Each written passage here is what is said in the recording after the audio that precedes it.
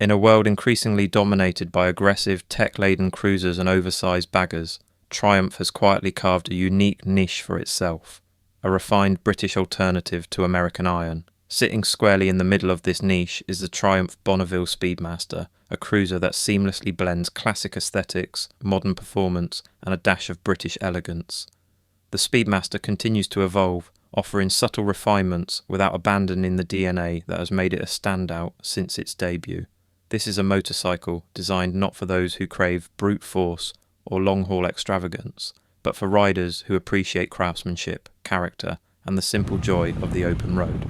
At first glance, the Bonneville Speedmaster exudes sophistication, where many cruisers opt for excess, chrome overload, exaggerated proportions, or flamboyant styling. The Speedmaster presents itself with quiet confidence.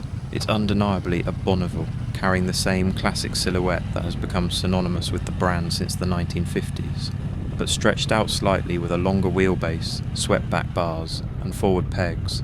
It takes on the posture of a cruiser without losing its British poise. The 16-inch wire-spoke wheels, fat tyres, and sculpted fenders lend it a muscular stance. Details like the machined engine fins, chrome bezels, and the distinctive pea-shooter exhausts underscore the bike's craftsmanship. The use of high-quality materials is evident throughout, from the deep luster of the red stealth paintwork to the brushed aluminum finishes.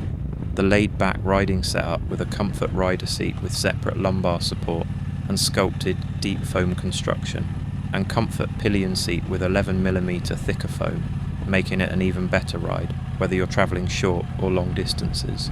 This is a cruiser that balances form and function without compromising on either.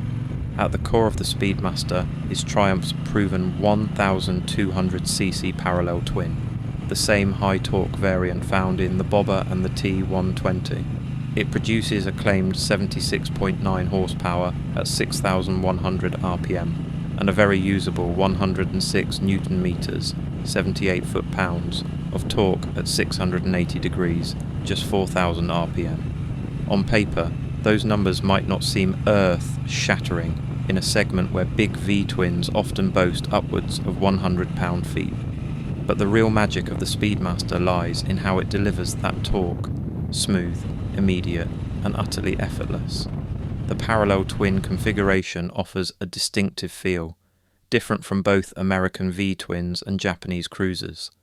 Twist the throttle, and the Speedmaster surges forward with a linear pull. There's a delightful thrum from the exhaust, not loud or obnoxious, but a refined growl that hints at the torque on tap. It's the kind of engine that encourages a relaxed, unhurried pace, but has more than enough grunt to overtake with confidence. In city traffic, the fueling is impeccable. Triumph's ride-by-wire system provides crisp throttle response without snatchiness.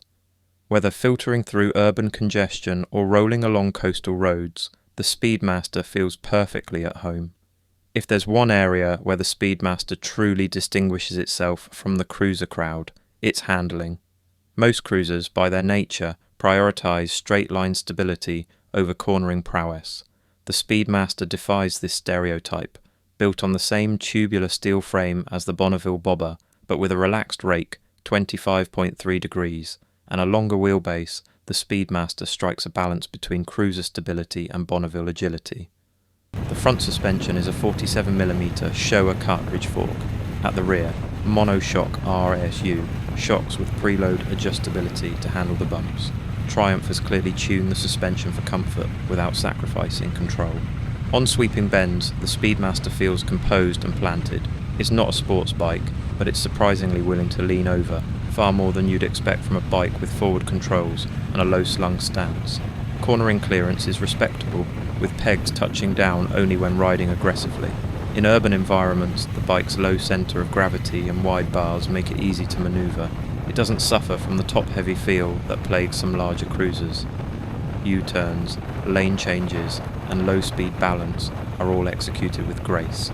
Stopping duties are handled by Brembo twin 310mm discs with two piston calipers at the front, paired with a single 255mm disc and Nissin caliper at the rear.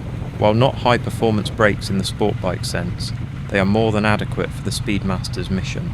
Brake feel is progressive, offering good initial bite and plenty of modulation, ABS is standard and unobtrusive, kicking in only when truly needed. The front and rear brakes complement each other well, allowing balanced deceleration without drama. For spirited canyon carving, more aggressive riders might wish for a bit more initial bite, but for 95% of real-world riding, urban, highway and casual twisties, the braking setup feels appropriate. Triumph markets the Speedmaster as a classic British cruiser, and part of that identity involves comfort. The ergonomics strike a careful balance.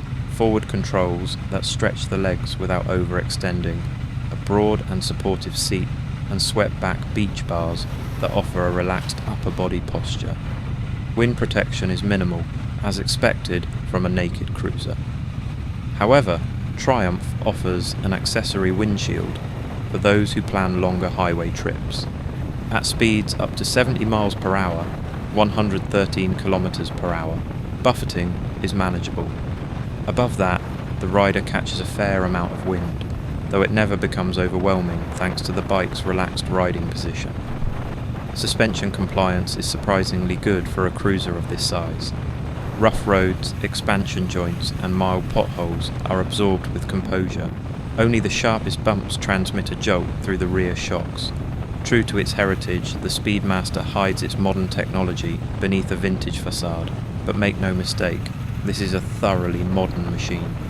The single clock houses an analog speedometer with an integrated LCD panel offering readouts for fuel level, trip meters, odometer, gear position, clock range to empty cruise control, and 2 ride modes, road and rain, come standard. The modes subtly adjust throttle response and traction control intervention. Triumph's torque assist clutch reduces lever effort, making it one of the lightest feeling clutches in the segment. Combined with a slick 6-speed gearbox, gear changes are buttery smooth. LED lighting is used throughout, from the distinctive round headlight to the rear indicators and brake light, providing excellent visibility day and night. The Speedmaster boasts a 12-litre fuel tank, which is on the smaller side for a cruiser. However, thanks to the efficient parallel twin, fuel economy averages around 60 miles per gallon. This translates to a practical range of approximately 150 miles, 240 kilometres, before needing a fill-up. While that won't satisfy iron butt riders, it's more than adequate for weekend cruises, daily commutes and mid-range touring. Maintenance intervals are generous, with services required every 10,000 miles, 16,000 kilometres, reducing the cost of ownership. Final verdict, a cruiser for the discerning rider.